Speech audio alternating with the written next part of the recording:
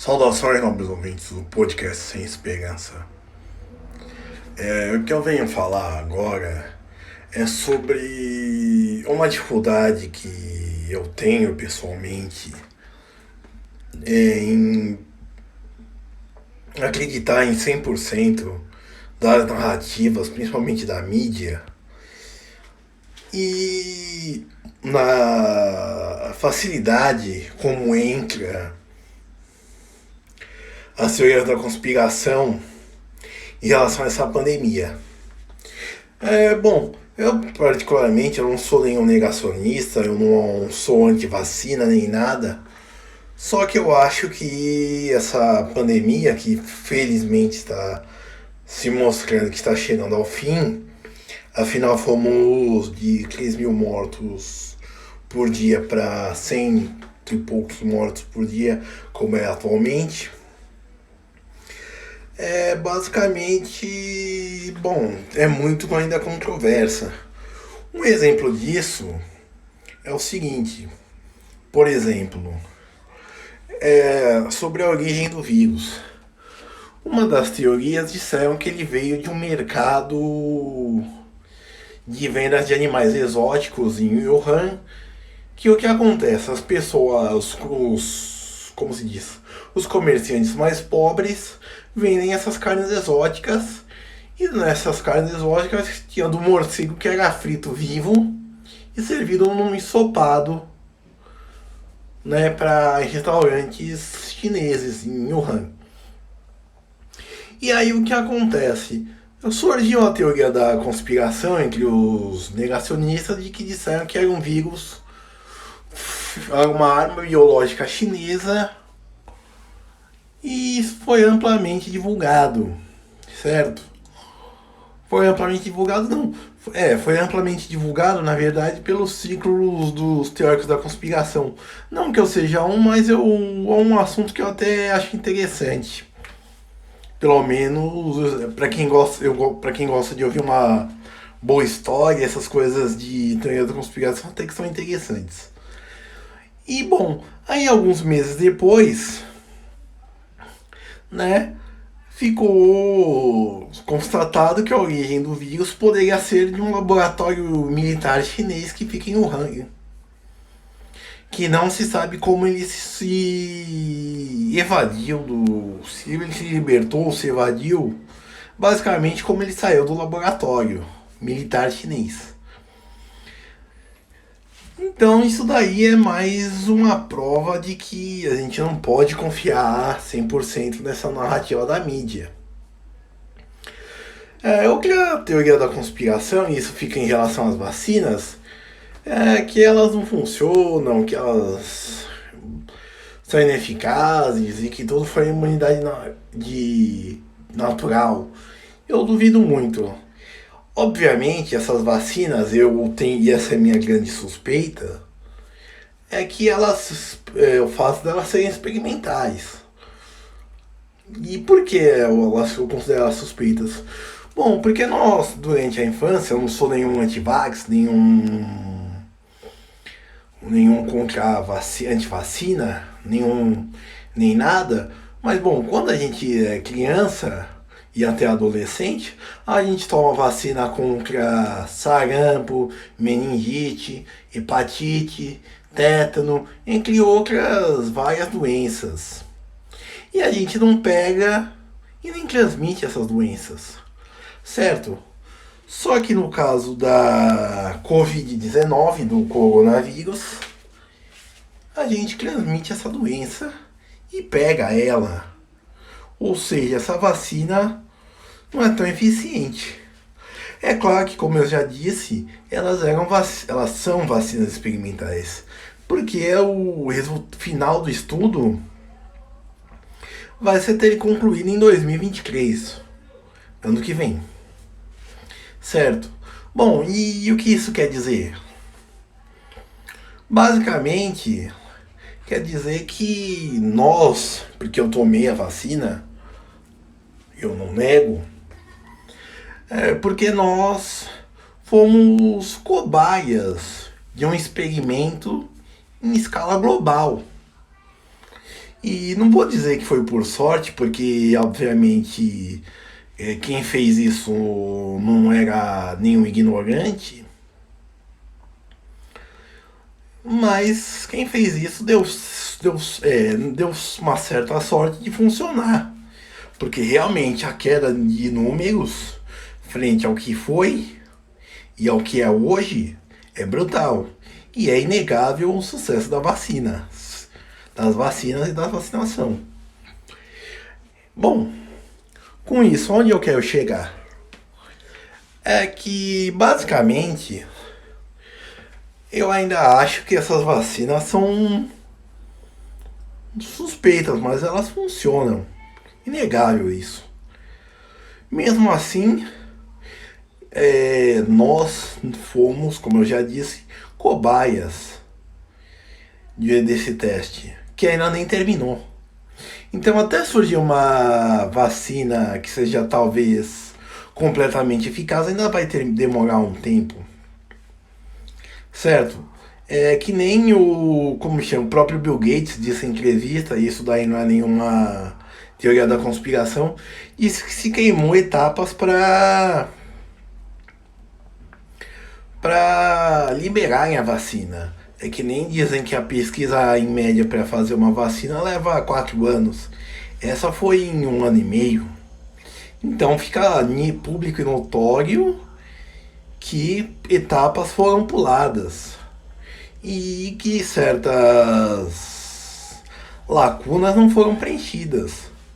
Como eu já disse, essa vacina, ao contrário das outras que nós tomamos aqui no PNI, o Plano Nacional de Imunização, elas não transmitem nem fazem a gente pegar a doença, certo?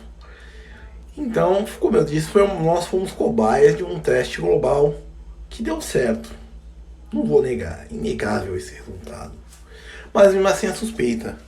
E outra coisa que eu queria falar era sobre o uso de máscara. Eu acho que ele é eficiente. Só que uma coisa que eu penso que ficou na minha mente é assim: se ele também é transmitido pela mão, o vírus, pelo toque, pela perda de mão, por que, por exemplo, não obrigar a usar luvas, só obrigar a usar máscara? E não que eu seja alguém contrário à máscara, muito pelo contrário, eu uso máscara quando eu posso, quando é obrigatório, mas eu realmente evitava usar porque eu não gosto. É só por isso, eu não gosto. Eu quando. E assim, onde eu moro, praticamente ninguém usava máscara, a não sei para entrar num comércio ou para pegar o transporte coletivo, né? E bom, e assim não tinha quase não tinha casos de Covid e mortes, acho que foram 2 só. É um número baixo. Enquanto em Franco da Rocha, que é onde eu trabalho, a cidade estava infestada.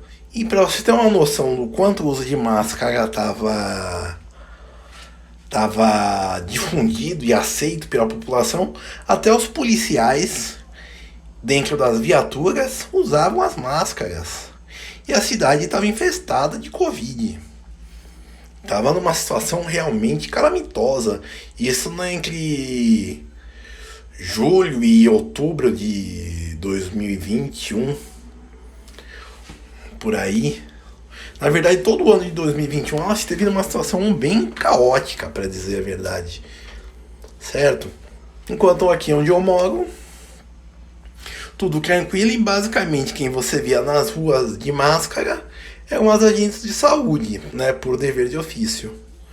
Mas mesmo assim eu acho que elas têm a sua utilidade. Afinal, elas barram vírus. As gotículas da voz, da respiração, que também tem umidade, e elas que contêm o vírus. Então assim, bom, como eu disse, eu não usava mesmo por uma questão pessoal de gosto. Eu acho que as máscaras também ajudaram muito. e ainda ajudam na proteção contra a pandemia. Mesmo, só uma coisa que eu acho que não funcionava e que foi amplamente feito foram os lockdowns. Eu acho que isso daí, na minha opinião, foi algo que não só não funcionou, como serviu só para fazer o autoritarismo de certos políticos pelo autoritarismo. E para suscitar casos disso enormes. É que nem, por exemplo, no Rio Grande do Sul, o governador Eduardo Leite não só fez o lockdown, como restringiu o acesso a determinados bens de consumo. Ou seja, você podia ir no mercado e determinados produtos não podiam ser vendidos. Você não podia comprar. A razão disso? Nenhuma. Era a vontade do governador e de seus órgãos técnicos. Em Araraquara, cidade no interior aqui de São Paulo, teve o lockdown. A cidade tinha muitos casos, faziam lockdown, fechava tudo, até supermercados, ficava só pela entrega via aplicativo e baixava o número de casos. Não circulava ônibus nem nada, e baixava o número de casos. Só que reabria tudo, subia, voltava tudo. Aí fazia o lockdown, esse lockdown extremo de novo, certo? E aí baixava a quantidade de casos, de internações e por aí vai, e reabria. E de novo isso ficou um ciclo que durou umas 3 vezes, se não me engano. E também, né, no caso aqui para citar São Paulo, o falecido prefeito Bruno Covas, que quando da morte dele disseram que ele foi um político moderado, na minha opinião ele foi o mais bárbaro. Ele chegou a soldar portas de comércio que se recusavam a fechar. Não era aplicar uma multa ou prender o comerciante, deter o comerciante, alguma coisa assim, para intimidar ele. Não, era soldar, causar dano. Além do prejuízo de se ter o comércio fechado, não receber os clientes, você tem o prejuízo de ter a porta soldada e você ter que ou reformar ou trocar a porta, certo? Aquela porta de aço que sobe e desce. E isso é não só de um autoritarismo, mas de uma barbárie sem nome. Eu não ficaria surpreso se no século XVIII ou até mesmo XIX, que já era um pouco mais civilizado, ele enforcasse pessoas, comerciantes, de tão moderado que ele é, certo? Então, assim, eu diria que sobre a pandemia, fica difícil saber em quem confiar, se é na imprensa, se é nos ditos cientistas e influenciadores sociais. Afinal, o Google, por exemplo, restringiu o acesso de pessoas que eram contrárias à vacina, que eram defensoras do kit Covid. Não vou dizer que se essas coisas funcionam ou não, porque eu pessoalmente também não acredito. O que mais? Ela também, a imprensa mudou sua narrativa ao longo do tempo. Para eu que sou um consumidor de notícias, mesmo desconfiando delas, eu sou um consumidor de notícias. Eu vi que essa mudança de narrativas. Certo? Na narrativa da imprensa. Entre outras coisas. E também, né, sobre o teste que nós fomos cobaias. Um planeta inteiro foi cobaia das vacinas. E que graças à ciência, né, afinal não foi feito por qualquer estúpido no laboratório, no quintal de casa, deu certo com as vacinas. Certo? Deu certo com as vacinas. Então, bom, mesmo assim é para se desconfiar. É difícil. E E também, só